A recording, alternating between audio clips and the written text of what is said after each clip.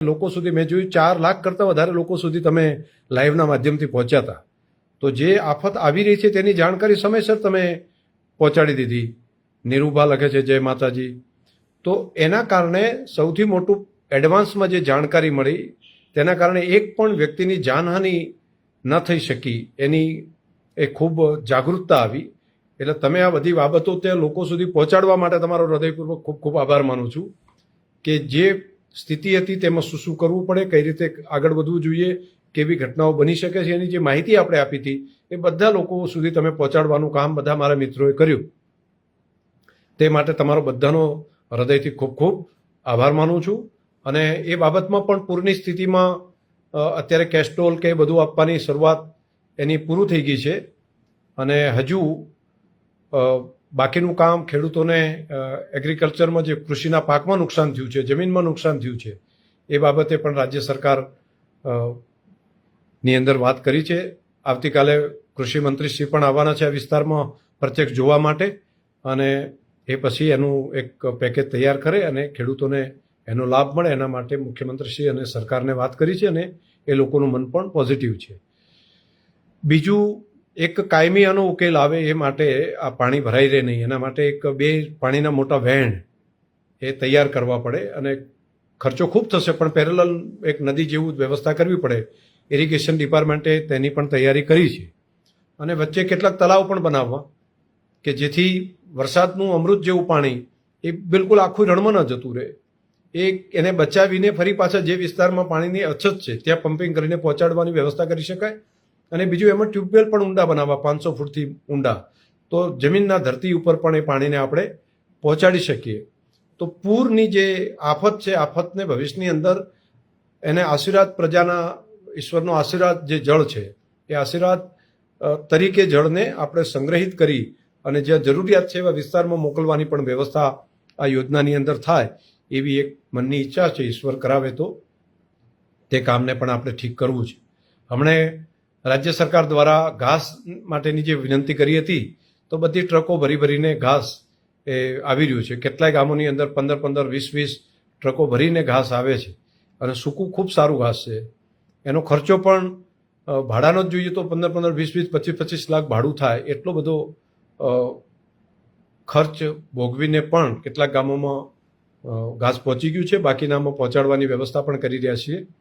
ઘણા મિત્રો તો એમાંથી ગૌશાળાઓને ત્યાં પોતાને ત્યાં મળેલું ઘાસ પોતાના પશુ કરતાં ગૌશાળાને આપીને ગૌ માતાને બચાવવાનું જે કામ કરી રહ્યા છે એ પણ અભિનંદનીય છે. એમને પણ બધાને હું અભિનંદન આપું છું. આપણે આફતના સમયમાં સૌથી પહેલું કોણ મદદ કરે તો સૌથી પહેલું કામ આપણા પરિવારજન, આપણા મિત્રો, પછી ગામનું તંત્ર, પછી જિલ્લાનું તંત્ર, પછી રાજ્યનું તંત્ર, આ બધા કામ કરતા હોય છે. પણ સૌથી પહેલાં તો ગામના લોકો જ પહોંચતા હોય છે. તો જે ગામના લોકો જે મિત્રોએ પહોંચીને આફતના સમયમાં મદદ કરી, કોઈને બચાવવા માટે, કોઈને મદદ કરવા માટે, એવા ઘણા બધા લોકો છે, ઘણા બધા મિત્રો છે. એ તમામને હું વંદન કરું છું. કેટલાક લોકોએ તો દિવસો સુધી બધાને જમવાનું પહોંચાડ્યું, જમવાનું આપ્યું, ખર્ચો કરીને વ્યવસ્થા કરી. તો એ બધા મિત્રોને હું હૃદયથી ખૂબ ખૂબ અભિનંદન આપું છું. હું ચારડા ગયો હતો ત્યાં બી રમેશભાઈ છે તો એમણે કેટલા દિવસ માટે પોતાના ગામ માટેની વ્યવસ્થા આખી કહી કે ભાઈ આખું ગામ મારે ત્યાં જમશે. કેટલાક મિત્રોએ પોતાને ત્યાં પૂરમાં ફસાયેલા હતા તો પણ બીજાને જઈને મદદ કરી. પોતાના ઘરની અંદર પાણી આવતું તેમ કીધું તમે તો જવા દો મારે ત્યાંથી, પણ તમારું તકલીફમાંથી મારે મદદ કરવી છે. આ માનવતા માટેનું જે મિત્રોએ કામ કર્યું તમામને હૃદયથી ખૂબ અભિનંદન આપું છું. જિલ્લાનું વહીવટી તંત્રએ પણ જે પ્રમાણે કામ કર્યું છે ને, મેં જોયું છે 5-6 દિવસ સુધી તો એક પણ વ્યક્તિ ઘરે નથી ગયા. આપણે દૂધ શીત કેન્દ્રની અંદર જ રસોડું અને બાકી બધી વ્યવસ્થા ત્યાં કરી હતી. તો ગામના લોકો તો જમવાની વ્યવસ્થા ત્યાં કરતા જે અગવડવાળા હતા એની વ્યવસ્થા કરી, પણ સાથે સાથે અધિકારી કર્મચારીએ પણ ત્યાં રહીને કેટલાક તો રાત્રે નીચે સૂઈને પણ ફરી પાછા સવારે કામમાં લાગી જતા હતા. તો બચાવ માટે NDRFની ટીમ હોય, પોલીસની ટીમ હોય, જિલ્લા વહીવટી તંત્ર, ઇવન કલેક્ટર પણ ત્યાં હમણાં તો એક દિવસ 4 વાગ્યા સુધી અમે ત્યાં કામ મિટિંગ ત્યાં ચાલી સુઈગામની અંદર. તો આખું તંત્ર રાતના 4-4 વાગ્યા સુધી પણ કામ કર્યું છે. ઘણા લોકોએ કામ કર્યું છે. તમામને સિંચાઈના લોકો હોય તો એમને અભિનંદન. લાઇટ માટે તો વરસાદની અંદર બેસીને ચાલુ વરસાદમાં ઉતરીને થાંભલા ઊભા કરીને 24-48 કલાકમાં બધી જગ્યાએ વીજળી પહોંચાડવાનું કામ કર્યું. પશુને દાટવાનું જે કામ હતું જે ગંદકી કે બીમારી કે એપિડેમિક થઈ જાત તો એને પણ ઠીક કરવાનું કામ ખૂબ તંત્રએ બહુ ઝડપી કર્યું. એના માટે પણ એક સર્વે કરવાનું કામ, દાટવાનું કામ, આ બધું કામ કર્યું. એના માટે અભિનંદન. અત્યારે હેલ્થની ટીમ પણ દરેક જગ્યાએ પહોંચી રહી છે. ક્લોરિન કરવાનું, ક્લોરિનથી પાણી, જે પીવાનું પાણી છે એમાં ક્લોરિન કરવાનું એટલે બગડે નહીં કંઈ. અને સાથે સાથે વરસાદી પાણી જે ભરાઈ રહ્યા છે, ખાસ રકાબી જેવો વિસ્તાર થઈ ગયો છે, એમાંથી બહાર કાઢવા માટે પણ જે તંત્ર રાત દિવસ કામ કરે. હજુ પણ ઘણા ગામોમાં પાણી છે અને કેટલાક ખેતરોમાં અને કેટલી જગ્યાએ તો હજુ હું માનું છું કે દિવાળી સુધી પણ એ ખેતર વરાપશે નહીં. પણ આપણે બધા ભેગા થઈને પાણીનો જે નિકાલ જ નથી, જમીનમાં ઉતરતું નથી, તો એવી જગ્યાએ બધા સમજણપૂર્વક એ પાણીનો એન્ડ સુધી નિકાલ કરવાનું કામ કરવું પડશે. લાંબા ગાળાની વ્યવસ્થા જે કરવાની છે એ તો સરકારી તંત્ર પાસે મને ભરોસો છે કે રાજ્ય સરકારમાં રજૂઆત કરીને એને કાયમી ઉકેલ આવે એના માટે એક મહેનત આપણે કરીશું. પણ અત્યારે હાલ એકબીજાના દુઃખમાં બધા લોકો મદદ કરો એવી તમને બધાને વિનંતી પણ કરું છું. બજારમાં પણ જે પાણી ભરાયેલું હતું, જે મહિનો દોઢ મહિનો ભર્યું હતું, એ પણ આપણે લગભગ એકાદ અઠવાડિયામાં 80-90% જેટલો વિસ્તારને આપણે ઠીક કરી શક્યા છીએ. અને કેટલીક જગ્યાએ તો નવરાત્રિનું કામ પણ ધમધમાટ નવરાત્રિ પણ ચાલુ થઈ ગઈ છે. નહીંતર લોકો કહેતા હતા કે દિવાળી સુધી આ પાણી ખાલી નહીં થાય. તો ઘણું બધું કર્યું છે કામ, પણ હજુ ઘણું કરવું પડશે. પણ એકલું સરકાર કરે એવું નહીં, આપણે બધાએ કરવું પડે. બધાએ ભેગા થઈને આ કામની અંદર લાગવું પડે તો જ કામ થઈ શકે. એકલી સરકાર આફતમાં પૂરું ન કરી શકે. સરકારની સાથે પ્રજા તરીકે આપણે બધાએ ભેગા મળીને જોડાવવું પડે. ઘણી વખત તો કેટલાક લોકો જ્યાં પણ અગવડ હોય ને ત્યાં પહોંચી જાય છે અને એને જઈને મદદ કરે છે, તો એ સત્કાર્ય કહેવાય. હવે એની અંદર જો કેટલાક માણસો આખું કામ જોવા જાય ને તો 90%-98% કામ થઈ ગયું ને તો જોવે, આખો દિવસ સવારથી સાંજ સુધી ફરે અને કે ક્યાં 2% બાકી રહી ગયું, ક્યાં 5% બાકી રહી ગયું.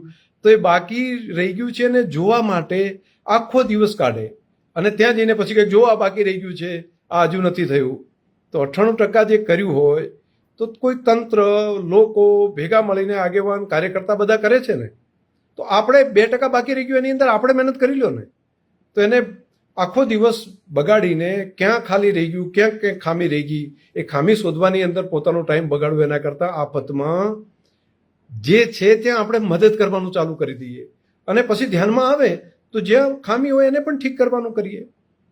તો આ આફતના સમય જ્યારે હોય ત્યારે દરેક સજ્જન લોકો આફતમાં મદદ કરવા માટે આવતા હોય છે. તો આપણે પણ બધા જ ભેગા મળીને આ મદદની અંદર તમામ જે જોડાયા એ તમામ જોડાવાવાળા લોકોને પણ હું હૃદયપૂર્વક ખૂબ ખૂબ અભિનંદન અને ધન્યવાદ કરું છું. આપ સૌને ખૂબ લોકો બધા અભિનંદન પણ આપી રહ્યા છે. રમેશગીરી ગોસ્વામી, ગોપાલભાઈ,